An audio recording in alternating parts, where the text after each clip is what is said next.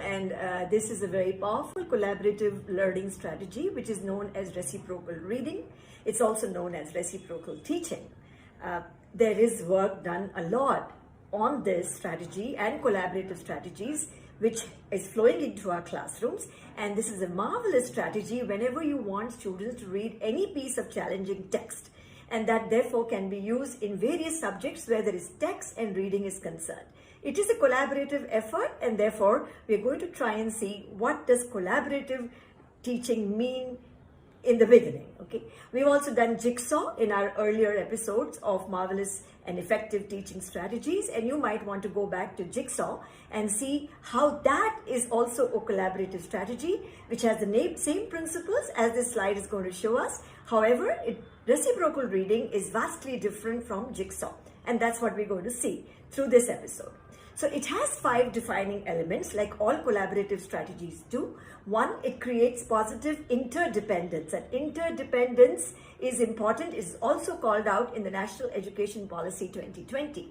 So that means it's a feeling of we win this together or we lose this together, a feeling of sink or swim together. It creates a face-to-face interaction, and where students are helping each other learn, they are actually praising effort. They're also helping each other grow if there are any small failures here and there. There is individual accountability as well as group accountability. That means that it's not possible for any single person to win. Everybody is together in this whole exercise. It creates other small group skills like communication, trust. Somebody is a leader now and then. Everybody takes turn on leadership, as we know, if it is a well-planned collaborative strategy. So collaborative teaching strategies, also known as cooperative teaching strategies, are very different from what is loosely known as group work. Group work may not have a structure, but these strategies, like I mentioned, the jigsaw, and now I'm presenting reciprocal reading, does have a very, very structured format which we need to follow. Lastly, there is also group processing which happens. That means everybody reflects on how did the team perform and how did I perform individually. Now, this is best represented as the bottom line is saying, that it's a dialogue between the teachers and the students themselves, where the participants are all taking the role of a teacher sooner than later, and we will see how that plays out. Anne Brown did a lot of research on this in Stanford, and ever since that it has been out in the classrooms and teachers are practicing it, and I hope you like the way we are going to show you with examples, and I hope you can let it flow in your classrooms as well. So what is a little bit of a background, and we need to give the due respect to whoever really thought about this. It was developed in the 80s, and we are sitting in 2022 and talking about bringing it into our classrooms today. Okay, so Anne Brown, she developed that, and she says there are 4 defining elements of reciprocal teaching or reciprocal reading or reciprocal learning, known by all 3 names. That means there are these 4 cognitive skills. 1 is of summarizing, then there is a skill of questioning, the 3rd is of clarifying, and the 4th cognitive skill is of predicting what is going to come up next. Before this, of course, reading happens, so there are 5. Reading, summarizing, clarifying, questioning, as well as predicting. And what does the teacher do, therefore? Does she become redundant? No, of course not. There is nothing without the teacher. So she is actually just a facilitator of the dialogue which has to take place amongst the students who are sitting in a group, okay, and make them aware of their own thinking, their own reading, and they all pass on the responsibility of learning to each other, and the teacher passes it on to them. So as we know in our earlier episodes, when you begin to think about your own thinking, why am I thinking like this? Why can I not challenge my thoughts? Why do I not change the way I think? This is known as metacognition. Thinking about my own thinking, taking charge of my learning, self-regulated learning, which is also called out in National Education Policy 2020. Let us see how this happens in your classroom. Divide your class into groups of 4 or 5 students. You might want to go back to the jigsaw strategy, like I mentioned, and see how we divide our students there and how does this differ from that later. So I made groups of 5 cutie pies here. So there are 5 children per group, and this is going to be what I will do next. I'm going to present a challenging piece of text in any subject per table. So there are 5 groups, let's say, 6 groups, whatever is the strength of your class. Every group has the same text given to them. And they are going to first, therefore, readings. They are going to read. So the first student or the child is going to be the reader. I'm calling this child the reader. Then I'm going to assign roles to all the students. And therefore, there is going to be a summarizer, a clarifier, a predictor, as well as a questioner. So you have got 5 students. Reader, summarizer, questioner, clarifier, and predictor. This must be simple enough to know. They're sitting in a group. Okay. How does this flow? So let's begin with the reader.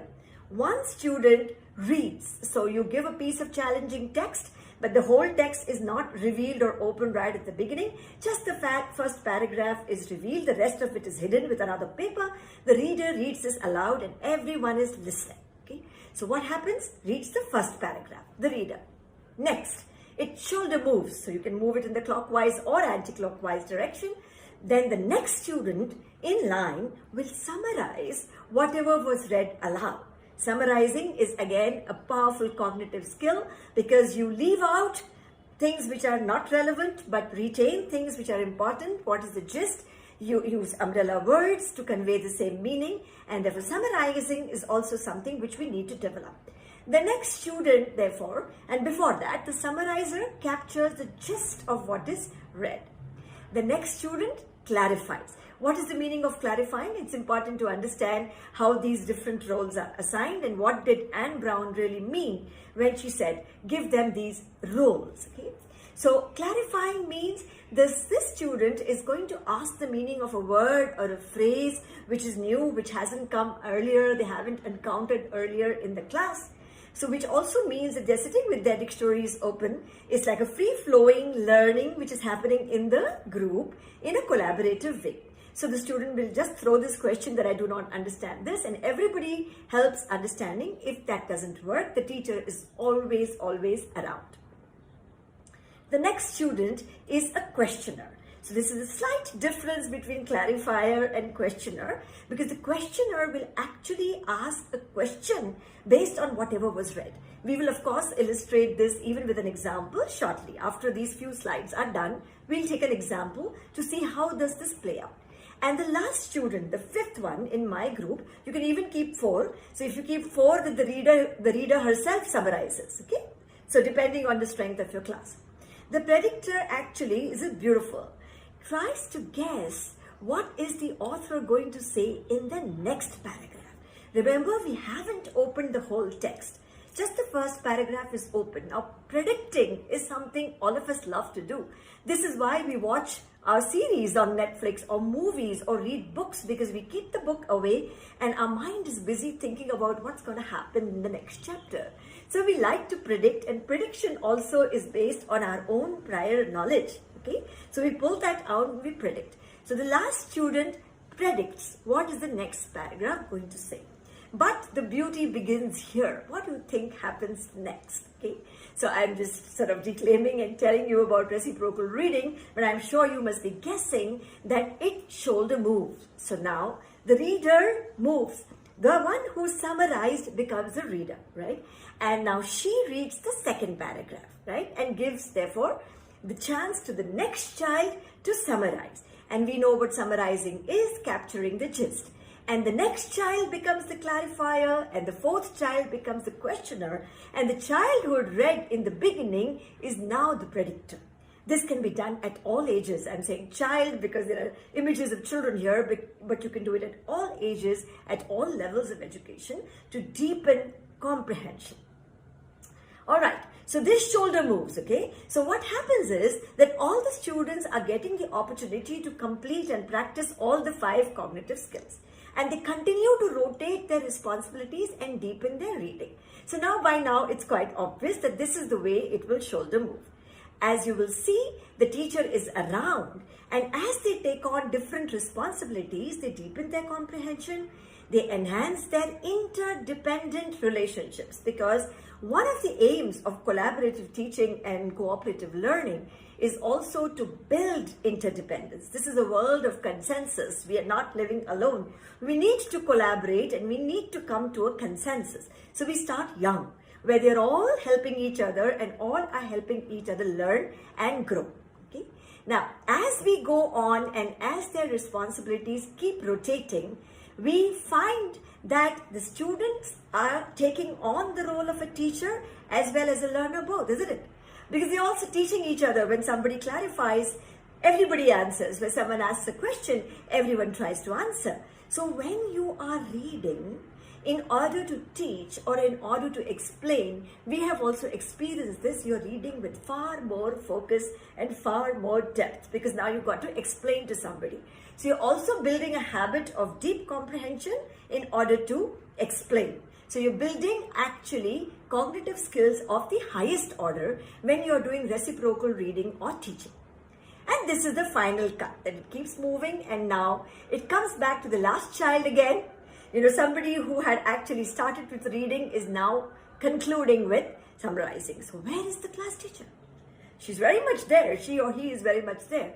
Now the important thing here is the teacher needs to actually model all these cognitive skills before she passes on the responsibility gradually to the students. Gradual release of responsibility, as it is known, GRR. But before the teacher does that, she shows what is summarizing, she shows what is predicting, she shows what is clarifying, she also shows what is questioning. You prepare the children and then put them into reciprocal reading or any other collaborative teaching and reading that you might have thought of, but you are around, always around, never deserting your class. Let's take an example. So this is also known as Fab 4, Fabulous 4, because if you look on the internet, then you might say, oh, this is reciprocal reading, I can't find it, so look for the Fab 4 strategy of teaching and learning, because there's plenty of work done here and it is used in all subjects. I have taken an example, but it could be in English language, in science, in EVS, whichever chapter, it doesn't matter. So I've just taken something very general, which is about dolphins. All right, so we are at a stage here where the text in yellow is what the students are currently reading. They're done with the first one, they're reading this, and the last one is not yet opened, as we have understood. So what's going to happen? They read this. The reader reads this text. Dolphins have a streamlined body and a blowhole. They swim by moving their tail up and down, etc., right up to ocean and locate and identify objects around them. That's what the reader reads. Now the summarizer, clarifier, predictor, as well as the questioner have their roles. Again, while you're shoulder moving, it is not necessarily the same order that needs to be followed. So here, the clarifier is first asking one clarifying kind of question. I am wondering if someone can explain the meaning of a blowhole to me. I've also never come across the word echolocation.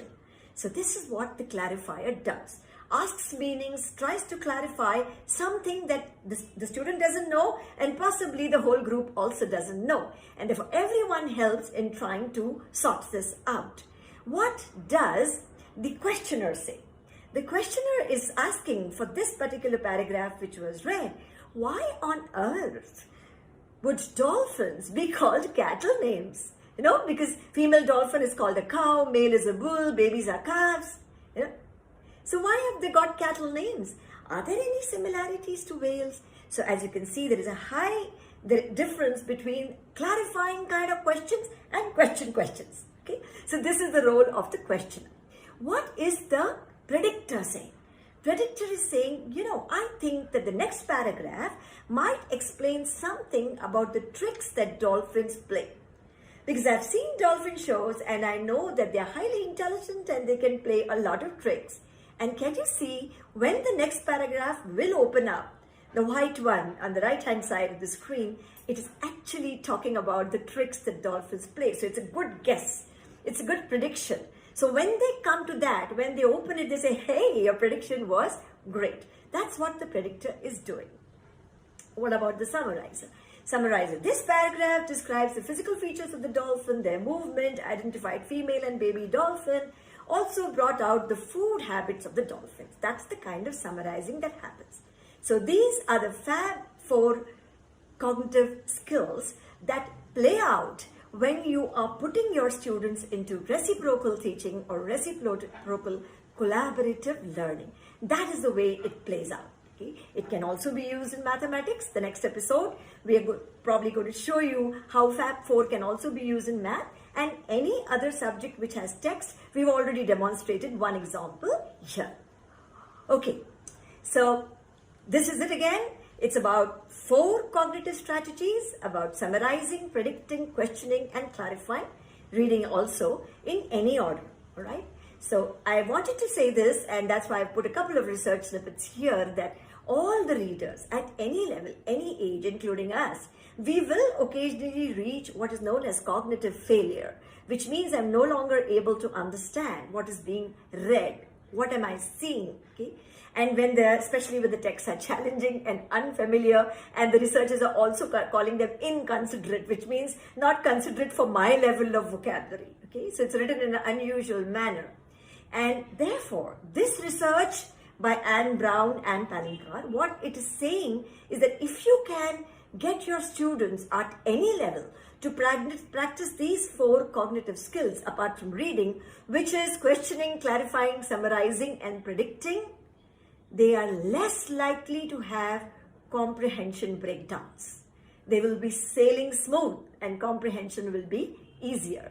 This is what we had to say about the collaborative teaching and learning strategy, which is known as reciprocal teaching or reciprocal reading. If you like what we present, do subscribe to the Shikshangan channel and do like. We will try and bring the next episode on reciprocal reading and teaching in mathematics, and then a couple more strategies for effective teaching. Thank you.